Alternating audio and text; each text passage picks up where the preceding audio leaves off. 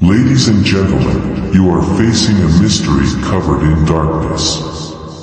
Are you ready to see beyond the edge of reality? Then hold on tight, there's no turning back.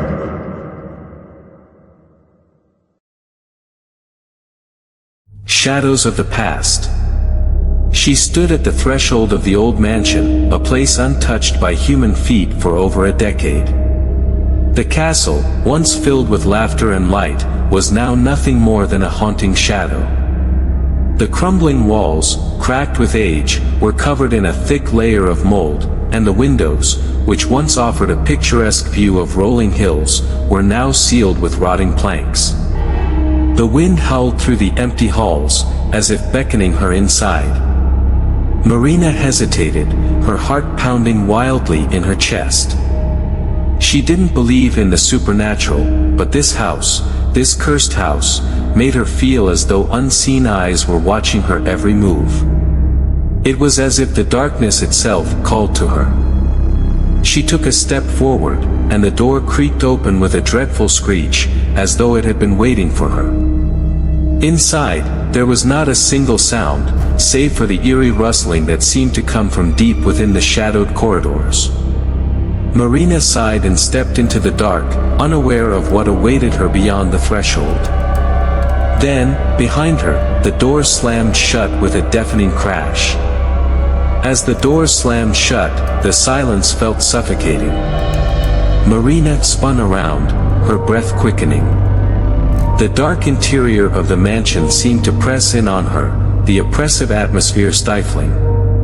Her pulse raced, and for a moment, she wondered if she should turn back, if this place was truly meant to be explored. But the curiosity that had brought her here refused to let go. The hallway stretched out before her, dimly lit by the flickering light of a single, weak candle she found on a dusty side table. It cast long, grotesque shadows on the walls, as though the house itself was alive, watching her every move. The air was thick with the smell of decay, old wood, mildew, and something faintly metallic, like blood. She moved forward cautiously, her footsteps echoing unnervingly in the vast emptiness. The old wooden floor creaked under her weight, protesting every step. As she reached the end of the hallway, a door loomed ahead, slightly ajar. A cold draft seeped out from the crack, carrying with it a faint, unplaceable scent, something almost familiar. Marina pushed the door open, her hand trembling slightly. The room inside was massive, its high ceilings lost in shadow.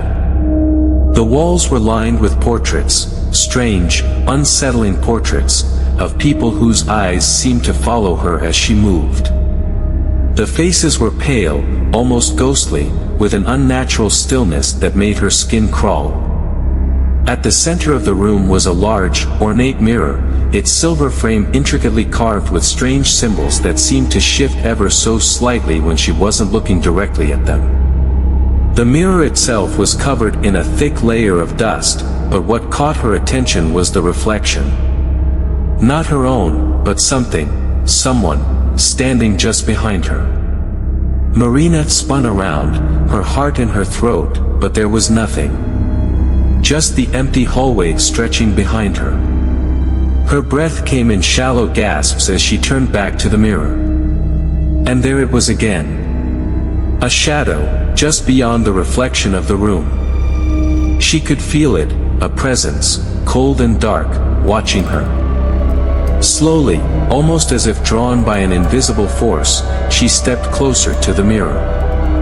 The reflection changed. It wasn't just the room that stared back at her anymore, but a different place, an ancient, forgotten version of this very mansion, covered in vines and rot. The figures in the portraits were no longer still, their faces contorted in agony, as if they were trapped within the glass, pleading for release. Then, one of the figures in the mirror blinked. Marina's breath hitched. The figure in the mirror, a woman, pale and gaunt, with sunken eyes and lips pressed into a thin, mournful line, had moved. Not just a trick of the dim light or a shifting shadow. She had blinked. Marina took an unsteady step back, but the reflection did not mimic her movement. The woman remained exactly where she was, staring directly at her. Then, ever so slowly, the woman's lips parted. "Leave." The whisper was barely audible, yet it cut through the thick silence like a knife. Marina's entire body tensed. Her mind screamed at her to run, to leave this cursed place and never look back. But something held her in place, a paralyzing mix of fear and fascination. The reflection flickered. For a split second, the entire image in the mirror warped, the walls behind the woman twisting into grotesque shapes, the portraits melting into screaming faces. And then it snapped back to normal, as if nothing had happened. Marina exhaled sharply, willing herself to move. She reached for the door behind her, fingers fumbling for the handle, but before she could grasp it, a cold hand clamped around her wrist. She gasped, spinning around, expecting to see someone, something, there. But the room was empty. The air, however, was different. The suffocating stillness had been replaced by something worse. The feeling of being watched had intensified, like 1,000 unseen eyes were pressing in on her. And then, footsteps. Faint, slow, deliberate. Coming from the hallway outside. Marina's heartbeat pounded in her ears. The sound wasn't distant. It wasn't an echo. Someone, or something, was out there, moving toward her. She stood frozen, her mind racing between fight and flight. The steps grew louder, each one measured and patient, as if the unseen presence knew she had nowhere to go. And then they stopped. Right outside the door. The silence that followed was worse than the footsteps. It was a silence filled with anticipation, with malice. A single knock echoed through the room. Not loud. Not aggressive. Just one slow, deliberate tap against the wood. Marina swallowed hard. Her hand tightened around the doorknob, but she hesitated. If she opened it, what would be standing there? Another knock. Then, the handle beneath her fingers began to turn. From the other side. Marina jerked her hand away from the doorknob as if it had burned her. The brass handle twisted slowly, creaking as it moved. Someone, or something, was trying to get in. Her breath hitched as the door shuddered slightly, as though something was pressing against it from the other side. The candlelight flickered violently, shadows stretching and twisting along the walls. Then, a whisper. Soft. Too close. Let me in. Marina stumbled backward, her heel catching on the uneven wooden floor. She barely managed to keep her balance, her eyes locked on the door. The whisper came again, but this time it didn't come from the hallway. It came from behind her. Her body went rigid. Cold dread slithered up her spine as she forced herself to turn her head toward the mirror. The woman in the reflection was gone. But Marina was no longer alone in the room. Behind her, just inches away, stood a figure. It was tall, impossibly thin, draped in tattered black fabric that seemed to shift and breathe like smoke. Its face, or what should have been its face, was an empty void, a hollow darkness where eyes and a mouth should be. Marina opened her mouth to scream, but no sound came. The thing raised a bony hand, fingers too long, too sharp. Then, in the mirror, Marina saw something worse. Her reflection, her own face, was staring at her. But it wasn't copying her movements anymore. It was smiling. A slow, unnatural grin stretched across her reflected lips, teeth gleaming too white, too sharp. The mirrored version of herself raised a hand, its fingers twitching, distorting, growing into something inhuman. And then the candle went out. Darkness swallowed the room whole. Marina's pulse thundered in her ears. She couldn't see. She couldn't move. And then, right next to her ear, she heard it. A breath. And a voice, rasping with unnatural delight. "You should not have come here." Marina's breath came in ragged gasps, her pulse hammering so hard it drowned out every other sound. The room was completely dark, thick with an unnatural blackness that felt almost solid, pressing against her skin like a living thing.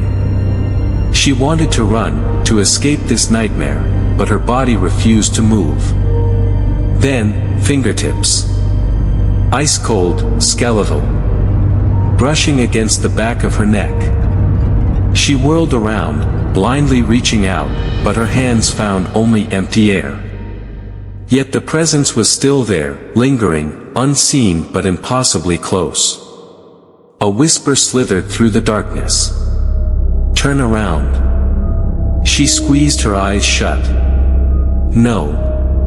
She wouldn't. Whatever was behind her, whatever had whispered those words, she knew instinctively, if she turned to face it, she would never leave this house again. The air around her shifted. A slow creak, like an unseen weight settling into place. The presence wasn't just behind her anymore. It was all around her. And then, light. A dim, flickering glow seeped from the mirror, casting warped shadows across the room. Marina forced herself to look. The reflection was wrong.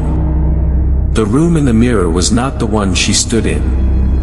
The walls were rotting, black veins of decay pulsing beneath the wallpaper. The portraits had changed, the faces now contorted in silent screams, their eyes hollow and dripping with inky darkness. And in the center of the reflection, standing exactly where she was but not her, was Marina's double. But it wasn't her. The thing in the mirror looked like her, but its skin was too pale, its eyes too dark, like twin wells of endless void. Its smile was wider than humanly possible, stretching too far, too unnaturally. The reflection took a step forward. Marina did not. Her heart slammed against her ribs. She tried to back away, but her feet felt rooted to the ground.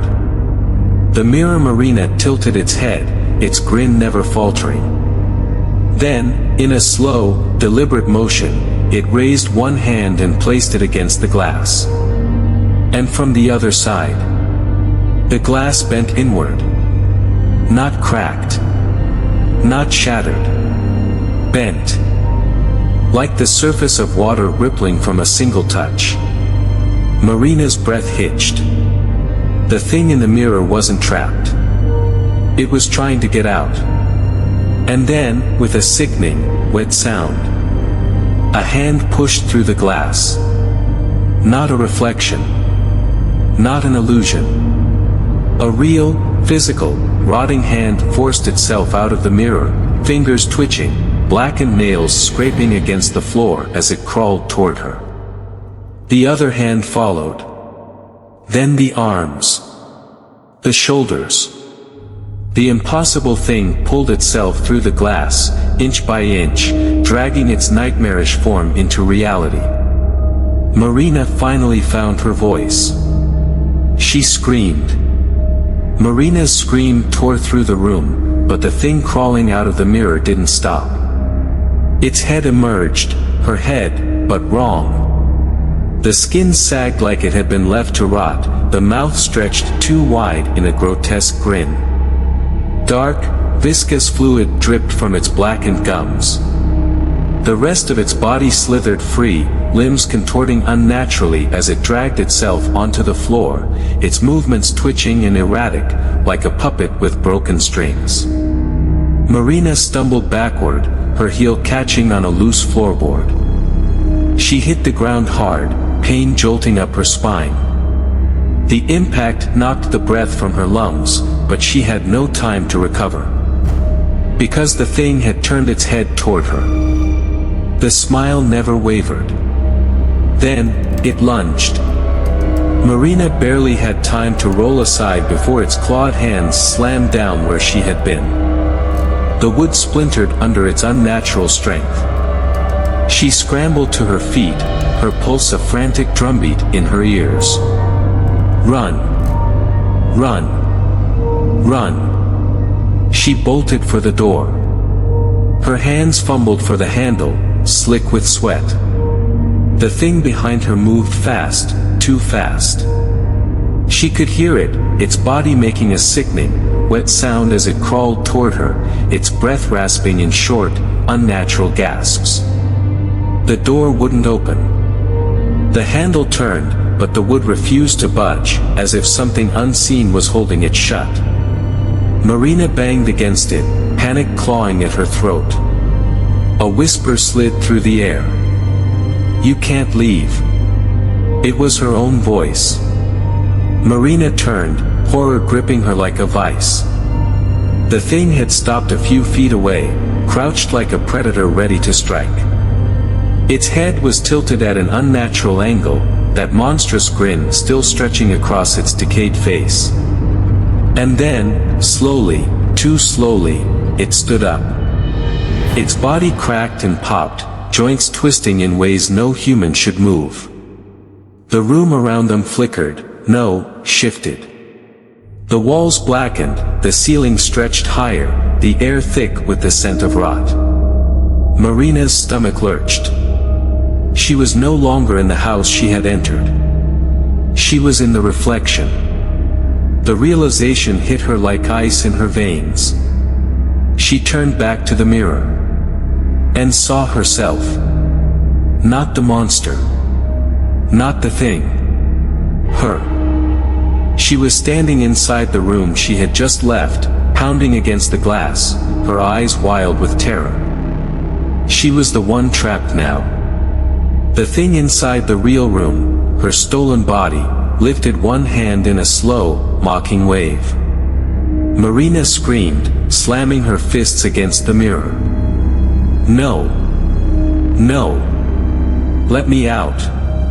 But her own voice, the one on the other side, only laughed. Then it turned away from the mirror, walking toward the door. Walking toward freedom.